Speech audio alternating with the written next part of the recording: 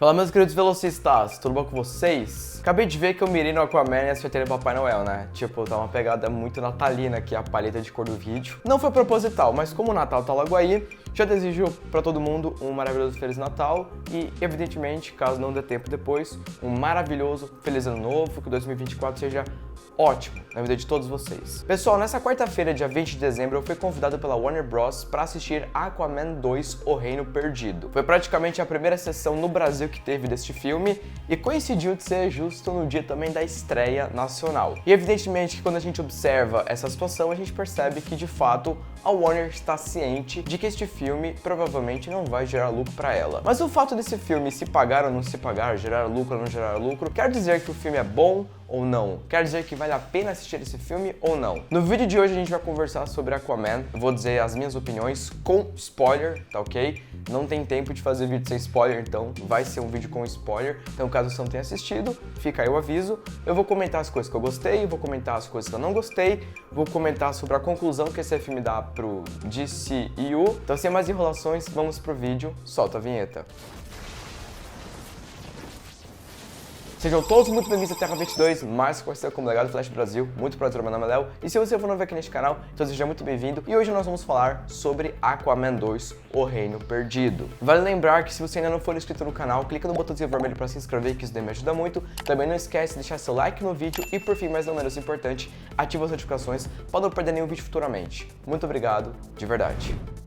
Uma era se encerrou hoje, quarta-feira, dia 20 de dezembro, que foi o fim definitivo do DCEU, Universo Expandido da DC Comics, aquele lá criado lá em Man of Steel há muitos e muitos anos atrás, onde nós tivemos Homem de Aço, nós tivemos Mulher Maravilha, nós tivemos Aquaman, nós tivemos Shazam, Batman vs Superman. Dentre essas produções tiveram as que me agradaram bastante, como Mulher Maravilha 1 e 2, sim, eu gosto do segundo filme, também teve Shazam e principalmente Aquaman, o primeiro filme, que pra mim, acho que na minha opinião é o melhor filme praticamente, junto de Mulher Maravilha, dessa era toda. E agora nós tivemos a sequência desse filme. Pessoal, a primeira coisa que eu quero deixar claro em relação a esse filme é que eu gostei, tá? Eu gostei bastante desse filme. Eu poderia facilmente chegar aqui no canal e falar, pronto, da DC esse é o melhor filme do ano. Só que eu já falei isso de Flash, já falei isso de Besouro Azul. Evidentemente que é uma questão muito de opinião pessoal, mas do meu ponto de vista, da minha perspectiva, até agora, da DC Comics, o filme que eu mais gostei que saiu esse ano foi de fato. E este que é o lado bom da situação. Porque se você, assim como eu, foi assistir sem expectativa ou vai assistir sem expectativa de que tenha conexões entre outras coisas, então pessoal, vão sem medo e aproveite. Esse filme é um filme muito bom para você assistir com seu filho, com sua filha, com seus irmãos, com suas irmãs, com seus pais, enfim. Inclusive meu pai foi assistir esse filme comigo na cabine de imprensa e ele gostou. Infelizmente, a sessão que eu fui assistir esse filme era 3D. Na verdade, foi a primeira vez que me acontece isso, de ir numa cabine de imprensa onde o filme é 3D. Então, pelo fato do filme ter sido 3D, eu não consigo opinar muito bem em relação ao CGI, porque tem horas que o negócio vem na minha cara, parece um bonecão de borracha, e tem horas que o CGI tá bonito. Minha recomendação, se você for assistir Aquaman 2 no cinema, vai ver legendado, vai ver dublado, não importa, mas não assiste em 3D. Vai por mim, você provavelmente vai ter uma experiência muito melhor não assistindo esse filme em 3D. Em relação ao roteiro do filme, eu gostei bastante da história. De fato, a Amber Heard, ela aparece muito pouco no filme, porém, ela ainda aparece no filme, tá? Eu achei que tinham cortado mais coisas dela, porque se cortaram muita coisa dela, e ela ainda apareceu nessa quantidade de vezes que eu consegui observar, então, de fato, ela tinha muito mais cenas no filme. Conseguindo separar a atriz da personagem, tá tudo certo, a Mera nesse filme tá excelente, ela simplesmente tá lá pra dar um apoio na história. Quem na minha... O mesmo ator da franquia Invocação do Mal, eu gosto bastante desse ator, e eu adorei ver este personagem nesse filme. Se no primeiro filme ele era um cuzão, um babaca e tudo mais, aqui ele é tipo, não posso chamar de anti-herói, mas uma pessoa que no início não concorda muito com o que está acontecendo, mas depois ele vai se redimindo, vai se redimindo, vai se redimindo, e no final das contas ele ajuda a resolver a situação e ele vira uma pessoa boa. Isso que eu gostei bastante. A história é praticamente a seguinte. Aquaman e o Reino Perdido se trata de fato de um reino perdido que já fez parte dos 7 reinos de Atlântida, né? Na verdade era um dos reinos que era meio temido, porque ele era governado pelo irmão de Atlan, cuja qual o Arthur possui o tridente dourado, por assim dizer. Esse reino, ele mexia muito com um tipo de combustível que é muito prejudicial para o planeta. Aliás, isso é uma coisa que eu achei legal, esse filme tem uma crítica muito estampada em relação ao que nós estamos fazendo com o planeta Terra. Eu achei interessante essa crítica construtiva, assim, em relação ao que o homem está fazendo com o planeta. Esse reino usava muito esse combustível verde, certo? E aí o Atlan, no caso, falou para esse reino parar com isso, porque estava fazendo mal ao planeta. Tanto que toda a tecnologia antiga de Atlântida, veículos, entre outras coisas, usava esse líquido como combustível. E isso faz mal para o planeta. Portanto, alguns equipamentos de Atlântida foram deixados e abandonados em cemitérios, entre outras coisas, justamente para não fazer mal ao planeta. E eu não preciso de Atlântida, ele também acaba encontrando o Tridente Negro, que nada mais é do que um tridente que é construído na base desse mesmo combustível verde.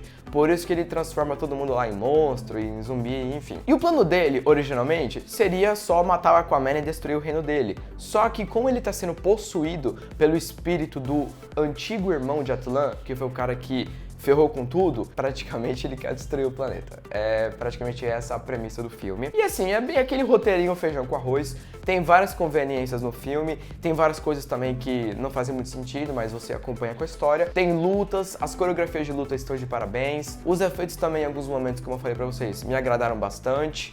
Esses dois em cena têm muita química e o filme funciona bem nesse quesito. Só tem duas coisas, pessoal, que de fato não me agradaram nesse filme. A primeira delas é que lembra que eu falei pra vocês que o Arraia Negra, ele roubou um submarino antigo de Atlântida pra poder atacar a Atlântida e roubar o carregamento com aquele combustível para as tecnologias dele? Pois é, acontece que esse submarino é antigo, é tipo muitos e muitos anos atrás. E você imagina que se esse submarino for atacar Atlântida, praticamente Atlântida vai conseguir derrubar esse negócio. E é impressionante que não tinha um veículo extremamente atualizado e equipado com uma arma que conseguisse destruir esse submarino. Praticamente esse submarino tinha uma arma, praticamente arma supersônica, e nenhum Atlântida conseguia chegar perto dele. Literalmente todo mundo que chegava perto era derrubado, carros, veículos, tudo. Para mim não tem como você acreditar que um veículo antigo da era pré-histórica é melhor e mais forte do que os veículos atuais de Atlântida. Então, na minha opinião, isso foi um pouco forçado do filme. A outra coisa também que eu acho que fica um pouco forçado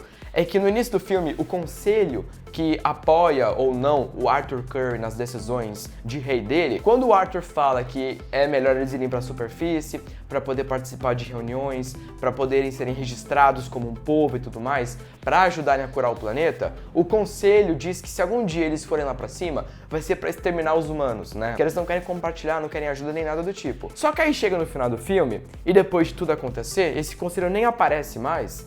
E aí o Arthur Curry simplesmente sobe lá e ele se revela pro mundo. Ele revela a Atlântida, ele diz que vai ajudar, compartilha tecnologia, compartilha conhecimento e simplesmente mostra o conselho meio que revoltado vendo isso sem fazer nada. Eu fiquei tipo, esse conselho não podia impedir isso? Então, afinal de contas, esse conselho não tem nada de relevante.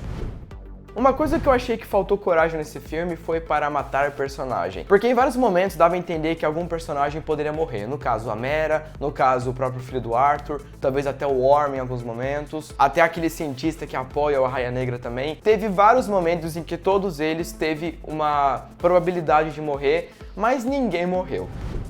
Tanto que uma ligação de irmãos bem bonita, e aí depois o cajado para nas mãos do rei malvado lá que era um zumbi, por assim dizer. E aí o Orm passa o cajado dourado pro Arthur e ele consegue jogar o cajado dentro do outro cajado e destrói o cajado negro, destruindo aquele zumbi de uma vez por todas. Foi uma coisa bem previsível, na minha opinião, que se aquele cara fosse libertado, se o povo zumbi fosse libertado, seria por pouco tempo de tela, porque afinal de contas o vilão desse filme de fato é o Arraia Negra, ele tem as motivações dele, ele tem as coisas dele. No final das contas, ele praticamente morre, tem aquela questão, não tem corpo, então não sei, mas mostra ele caindo lá numa vala. E aquela questão, pessoal, esse filme marca de fato o final do DCU. Tanto que o filme possui sim uma cena pós-crédito, mas é uma piada que envolve uma parte do filme, onde no caso o Arthur está falando com o Orm sobre experimentar comidas da superfície, por assim dizer.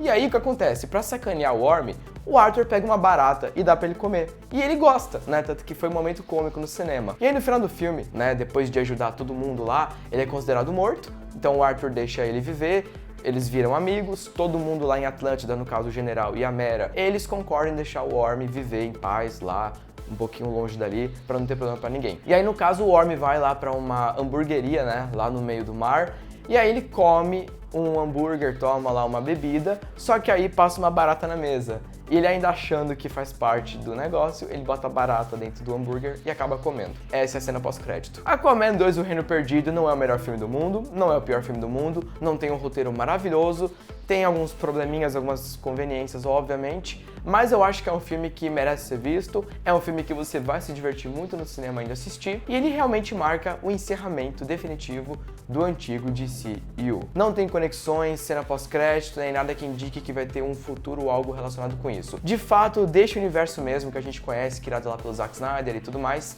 Aquaman encerra ele de uma forma muito alegre, na minha opinião. Então, praticamente no geral, eu posso dizer que o primeiro ato do filme, pra mim, é o mais enrolado. O segundo ato, algumas pessoas podem até achar um pouco fraco, mas eu acho interessante toda a convivência do Arthur com o irmão dele. E o terceiro ato, na minha opinião, é a melhor parte do filme, que é onde tudo é concluído, tudo é colocado no seu devido lugar, tem várias conveniências de roteiro, mas como é um filme blockbuster, a gente também não espera aquele roteiro maravilhosamente bem escrito. Na minha opinião, Aquaman 2, O Reino Perdido, é um filme muito bom, e ele isolado como blockbuster, eu dou nota 7 para 7,5. Eu acho que é uma nota bem justa para tudo que esse filme propõe pra gente. Bom, pessoal, praticamente o vídeo foi esse, não tem mais o que falar, porque como eu falei pra vocês, é aquele feijãozinho com arroz básico que te alimenta. É como se você pegasse um episódio da série Liga da Justiça Sem Limites, focado no Aquaman, e adaptasse em 2 horas de filme. Podia melhorar? Podia melhorar alguns aspectos, mas na minha opinião, em relação com o primeiro, ele consegue se manter num padrão de qualidade bom. Só que evidentemente que o roteiro do primeiro filme, na minha opinião, ainda é superior em alguns aspectos. Eu espero de verdade que vocês tenham gostado do vídeo. Se ficou qualquer dúvida ou queira expressar sua opinião, deixe nos comentários e vamos debatendo juntos, tá ok? Muito obrigado de coração a todo mundo que achou até aqui, um grande beijo pra todo mundo e até o próximo vídeo.